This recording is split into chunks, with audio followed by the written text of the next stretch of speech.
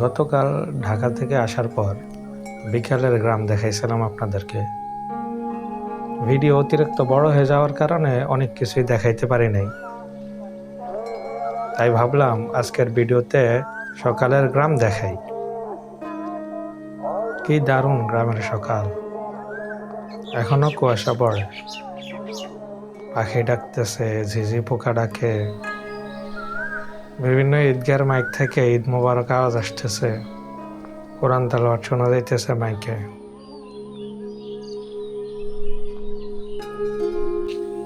আজকে ঈদের নামাজ পড়ে নোয়াখালী যাব। লম্বা পথের জার্নি আপনাদের সাথে নিয়েই পাড়ি দেব। আপাতত গ্রাম দেখেন।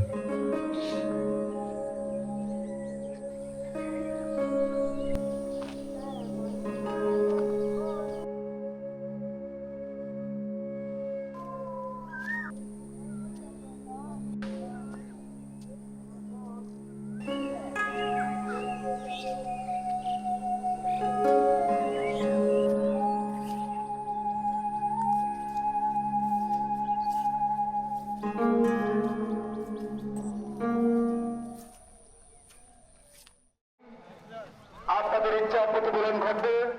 আমরা যেহেতু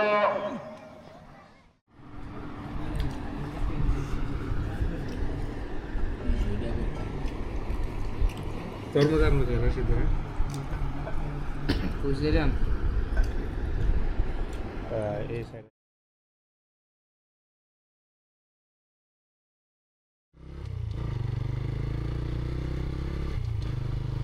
বিসমিল্লাহ, আল্লাহর নামে যাত্রা শুরু করলাম। খাওয়া দাওয়া শেষ করে বের হলাম নোয়াখালীর উদ্দেশ্যে। নোয়াখালী যাওয়ার কারণ কি? কোনো কারণ নেই, ঈদ উপলক্ষে বাইক নিয়ে ঘুরতে হবে, ব্যাস এটাই আসল কারণ। প্রাসঙ্গিক কারণও আছে, তবে সেটা কম গুরুত্বপূর্ণ। আমগো ঈদগুলো দিনে দিনে রংহীন হয়ে যাইতেছে। শৈশবের সেই আনন্দ এখন আর নাই।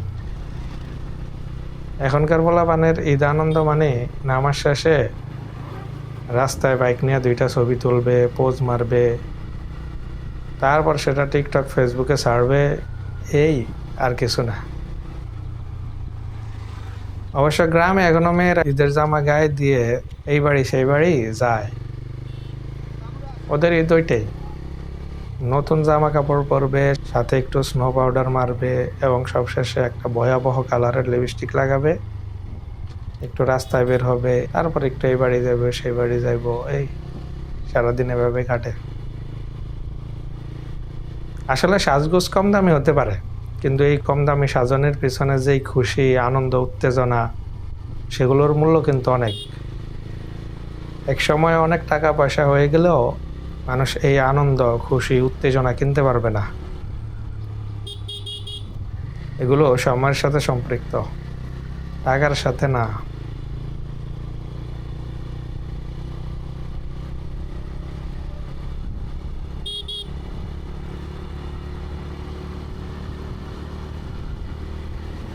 আজকে প্রায় 200 কিলো রাইড হবে।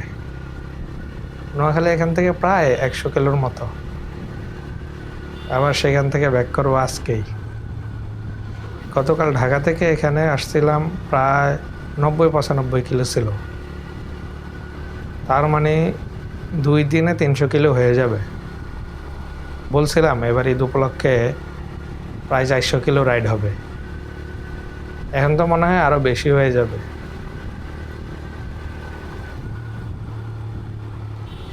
আমি আর আপনি না বলতেছি 400 কিলো রাইড দেবো, কিন্তু বাইকেরই কি জিজ্ঞাসি বাইক কি পারবে আমাদেরকে নিয়ে এত বড় ট্যুর দিতে?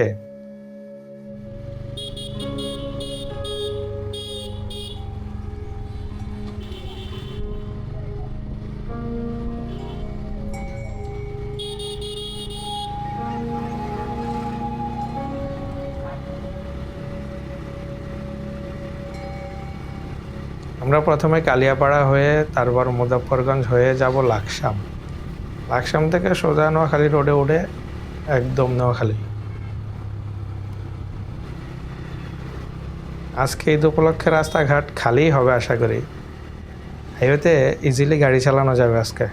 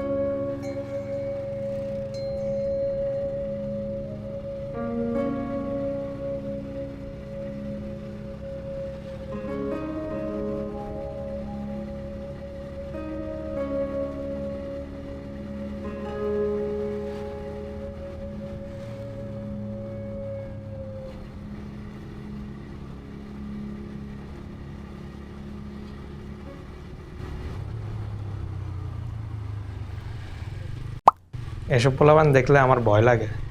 বাস ট্রাক দেখলেও এত ভয় লাগে না যতটা এদেরকে দেখলে লাগে। এরা নিজেরা তো পড়ে লগে আরো 2-1জনরা নিয়ে তারপর পড়ে।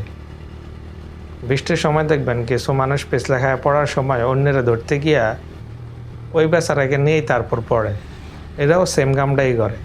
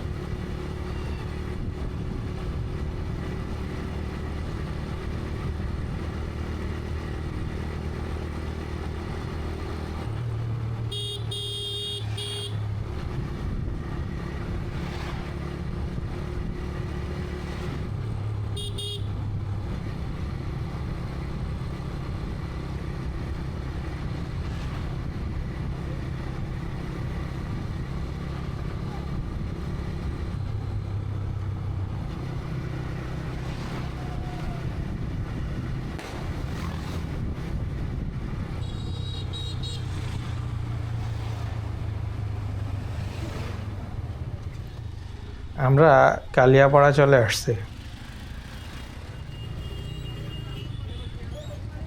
পেছনের দিকে যে রোড গেছে সেটা চাঁদপুরের দিকে গেছে। আপনারটা সোজা লালমাই হয়ে গেছে হলো কুমিল্লা বিশ্ব রোডের দিকে। আমরা যদিও লালমাইয়ের দিকে যাব না, এর আগেই ভিতরের রোড নিয়ে লাকসামের দিকে চলে যাব। লালমাই শব্দটা জানি কেমন 18+ মনে হইতেছে। থাক, বাদ দেন, ওইদিকে না যায়।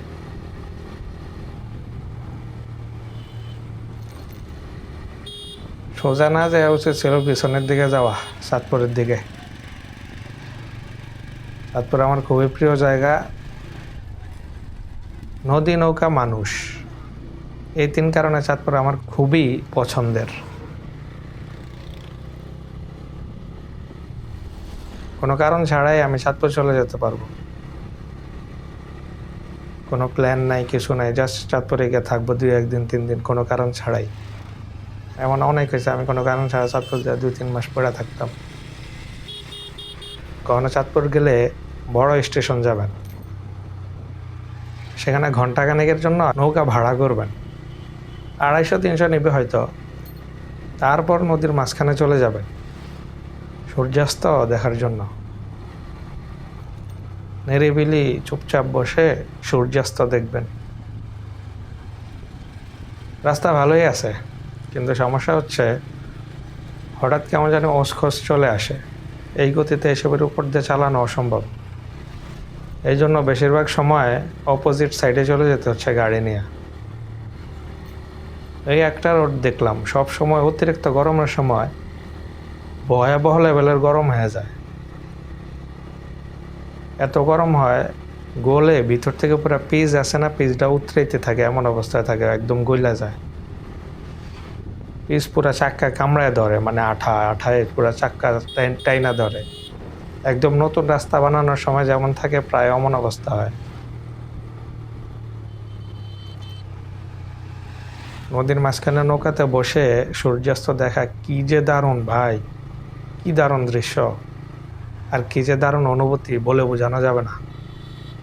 মানে সেটা ওইখানে গিয়ে ফিল করলে বুঝতে পারবেন। এত কম খরচে পৃথিবীতে এর চেয়ে সুন্দর অনুভূতি আবিষ্কার করা টাফ হয়ে যাবে আপনার জন্য।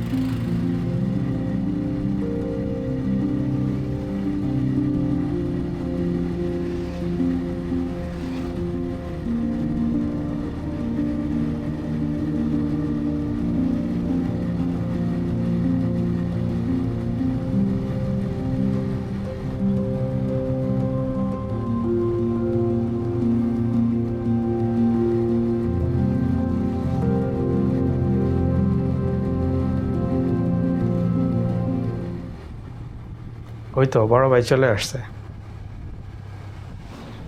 এই রোডের বড় ভাই হলো বগদাদ বাস, কুমিল্লা টু চাঁদপুর। বগদাদ হইল এই রোডের হানিফা রেনা। সিএনজিরও আধিপত্য আছে এই রোডে।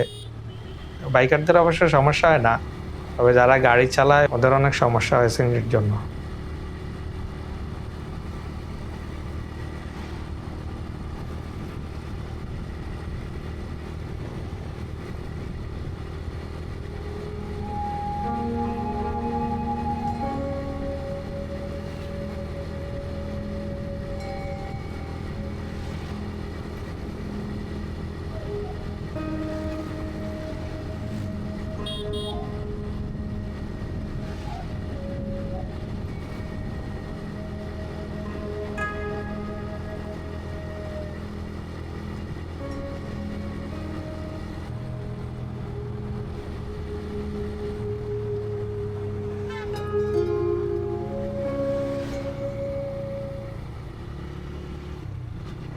আমরা ভিতরের রোডে ঢুকে গেছি, এখান থেকে সোজা গিয়ে লাকসাম উঠবো, তারপর আবার হাইওয়ের জন্য খারাপ না রেডার গাড়িটা। কারো যদি বাজেট স্বল্পতা থাকে, আবার ট্যুর দেওয়ার চিন্তা ভাবনাও থাকে, তাইলে রেডার নিয়ে ভাবতে পারেন। কম বাজেটে 150 সিসির কাজ দিয়ে দিবে। তবে অনেকে অনেক সমস্যা ফেস করে, এগুলো সম্পর্কে আগে আইডিয়া নিয়ে তারপরে চিন্তা ভাবনা করেন আর কি। বাজেট কম থাকলে বললাম আর কি, কারণ একটু গুড লুক আবার লং ট্যুর দুইটাই কম বাজেটের ভিতরে কাবার দেওয়া যাবে এই গাড়ি দিয়া। আর বাজেট কম হইলে তো একদম শো অফ করার জন্য বড় গাড়ি কেউ তো কেনার তো দরকার নেই। আপনার বাজেট কম, তারপর আপনি মানুষকে শো অফ করার জন্য হাওলা দাঁড় দানা কইরা দামি গাড়ি কিনা আসলে লাভ নেই ভাই, ভালোর তো শেষ নেই। আপনি ভাববেন কম দামি কিনলে ভাব কই, তারপর আরেকটু দামি কিনবেন, দেখবেন আরেকজন আরেকটু দামি টাইন না আপনার নিচু দেখায় ফেলবে। এই জন্য অন্যের দিকে তাকাইবেন না, নিজের যা আছে সেটাতে সন্তুষ্ট থাকবেন। ওর মধ্যে নিজের বেস্ট যেটা আছে ওইটা কিনবেন। নিজেরে খুশি করার জন্য ইনভেস্ট করেন। আইফোন কিনলে মানুষের সামনে ভাব আসবে, মানুষ বড় লোক কইব, এই জন্য কেনার দরকার নেই। হ্যাঁ, আপনার ভালো লাগবে, মনে শান্তি লাগবে, তাইলে কিনেন। লাইফে কোনো কিছুতে নির্দ্বিধায় ইনভেস্ট করতে চাইলে সেটা হলো নিজের উপর ইনভেস্ট করা, কোনো কিছু শেখার প্রতি ইনভেস্ট করা, নিজেকে খুশি করে এমন জিনিসে ইনভেস্ট করা, নিজেকে মানসিক প্রশান্তি দেয় এমন কিছুতে আপনি ইনভেস্ট করেন, অন্যকে দেখানোর জন্য না। মানুষ আমাকে কুল বলবে, কুল ভাববে সেজন্য না। এমন কোনো কিছুতে ইনভেস্ট করবেন না যেটা আপনার আত্মতৃপ্তির চেয়েও মানুষের আগ্রহ আদায়ের জন্য ব্যবহার করতে হচ্ছে আপনাকে। সবচেয়ে দামি ও মূল্যবান ইনভেস্টমেন্ট সেটাই যা নিজের উপর ইনভেস্ট করা হয়। এখন সেটা নিজের উপর পড়ালেখার ক্ষেত্রে হোক, কোনো সেলফ ডেভেলপমেন্টের ক্ষেত্রে হোক, যেভাবে হোক, অথবা নিজেকে প্রশান্তি দেয় এমন জিনিসের প্রতি হোক, মানে অনেক নিজের উপর ইনভেস্টের অনেক ধরন আছে, সেই আলাপে না যাই।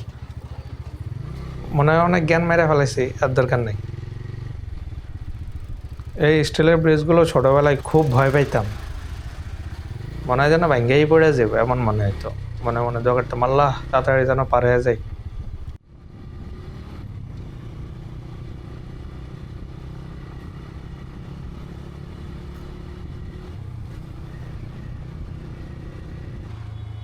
হাইওয়েতে চলে আসছি, আমরা ডানে যাব নোয়াখালীর দিকে। বামের যে রোডটা গেছে সেটা কুমিল্লা বিশ্ব রোডের দিকে গেছে। সামনে গেলে বোঝা যাবে গাড়ি কেমন আছে রাস্তায়।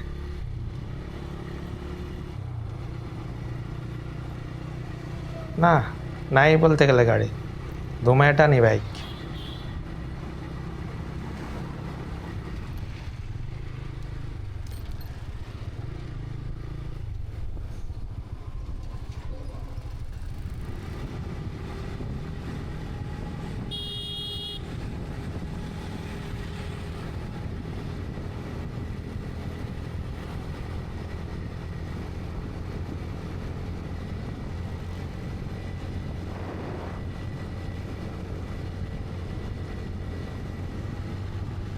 হাইওয়েতে 80-90তে গাড়ি চালানোর একটা ফিল আছে, এই ফিল আপনি বাইকার না হইলে বুঝবেন না।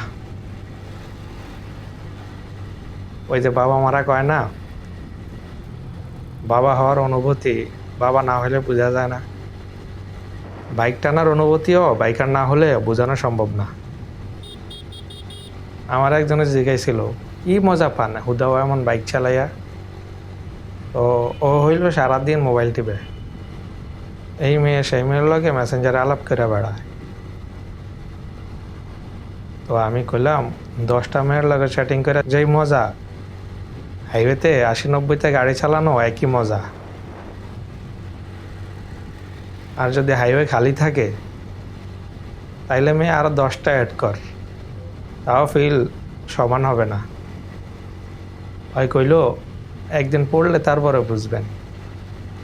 আমিও গেলাম সেম, মেয়েদের ক্ষেত্রেও সেম। একদিন গাড়া গলে পড়ে দেখো ঠেলা গাড়ে গয়, এই আলাপ শেষে আমরা দুইজনে একমত হয়েছি হাই স্পিডে বাইকিং ও একাধিক নারীর সাথে চ্যাটিং দুইটাই স্বাস্থ্যের জন্য ক্ষতিকর।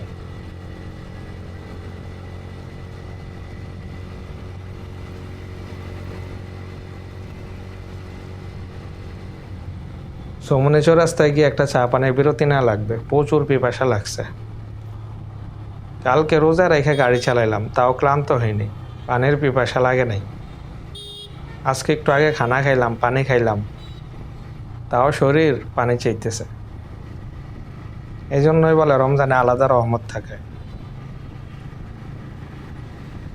এখানে আরেকটা কারণ আছে, কালকে সূর্যটা বেশি একটা গায়ে পড়ে নেই, কারণ রোডগুলো বেশিরভাগই গাছে ঢাকা ছিল। আজকে তেমন গাছ নাই এখানে।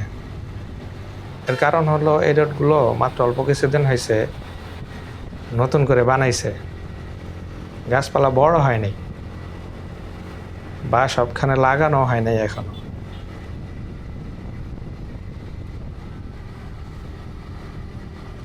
কুমিল্লাকে বিদায় জানাই, আমরা এখন অফিসিয়ালি নোয়াখালীতে ঢুকে গেলাম। Welcome to Noakhali. মানুষ না বলে নোয়াখালী নাকি আলাদা দেশ, সত্যি যদি হতো তাহলে তো এখন আমাদের এখানে বর্ডারে পাসপোর্ট আর কাগজপাতি দেখাইয়া ঢুকা লাগতো। অবশ্য সেই ফিল আসতো। অনেক বাইকাররা আছে না, দেশ বিদেশ ঘুরে বেড়ায় বাইক নিয়ে, তাদের মতো অনুভব হইতো যে হ্যাঁ একটা বর্ডার পার হইলাম, পাসপোর্ট দেখাইলাম। সমস্যা নেই, একদিন আমরাও ট্যুর দিব দেশ বিদেশে। ততদিন পর্যন্ত আপনারা সাথে থাকেন, ইনশাল্লাহ আপনাদেরকে সাথে নিয়েই, আপনাদের সহযাত্রী হয়েই তারপর আমরা একসাথে ট্যুর দিব। গত ভিডিওতে বলছিলাম না, আপনাদের ভ্রমণ সঙ্গী হলাম আমি আপনাদের সহযাত্রী। যেখানেই ট্যুর হবে আপনাদের সাথেই হবে, আপনারাই আমার সাথে থাকবেন, আপনাদের সাথেই আমি থাকব।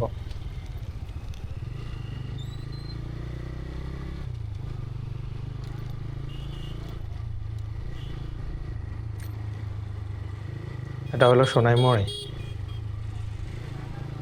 পেছনের দিকে সাতখিল, রামগঞ্জ, ওদিক দিয়ে হাজীগঞ্জও চলে যাওয়া যায়। আমরা সোজা চলে যাই আমাদের গন্তব্যে।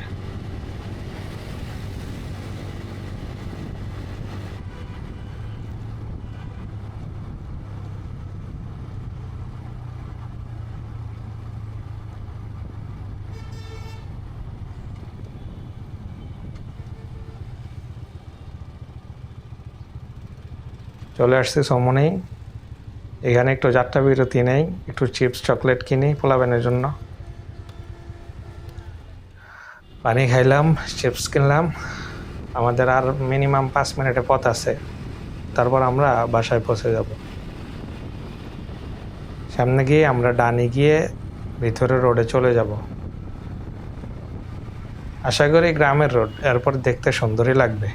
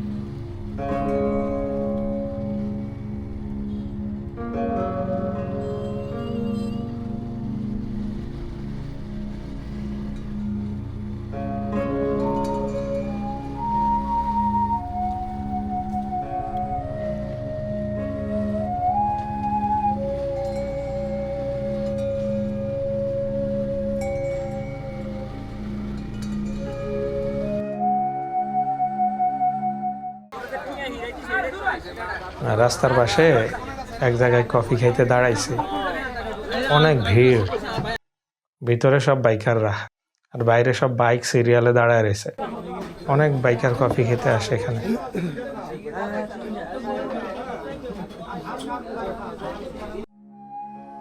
সমস্যা হলো আমরা নোয়াখালী গিয়ে খাওয়া দাওয়া করে আরও এক জায়গায় গেছিলাম। সেখানে খাওয়া দাওয়া করে সব শেষ করতে করতে রাত হয়ে গেছিল এবং রাতে রাতে আবার আমরা নোয়াখালী থেকে ব্যাক করে চলে আসছি। কিন্তু বাইকের লাইটে পর্যাপ্ত আলো না থাকায় ও রাস্তায় আলো স্বল্পতার কারণে তা রেকর্ড করা হয়নি। তাই ভিডিও জাম করে নোয়াখালী থেকে সরাসরি 2 দিন পরে নিয়ে আসা হলো। 2 days later. চলেন গ্রামের এক মাহফিল থেকে আপনাদের ঘুরিয়ে নিয়ে আসি। আল্লাহ তাআলা আমাদেরকে সকলকে কবুল করেন, আপনাদেরকেও কবুল করেন। আপনাদের এই কষ্টের উত্তম যাজা এখানে আল্লাহ তাআলা দান করেন। মার্চ মাসে আপনারা এপ্রিল মাসে এসে আপনারা মাহফিল পেলেন। এই সম্মেলন আবার এই বছরের শেষের দিকে নভেম্বরের শেষ অথবা ডিসেম্বরের শুরুতে নতুন ডেট পাবেন ইনশাআল্লাহ।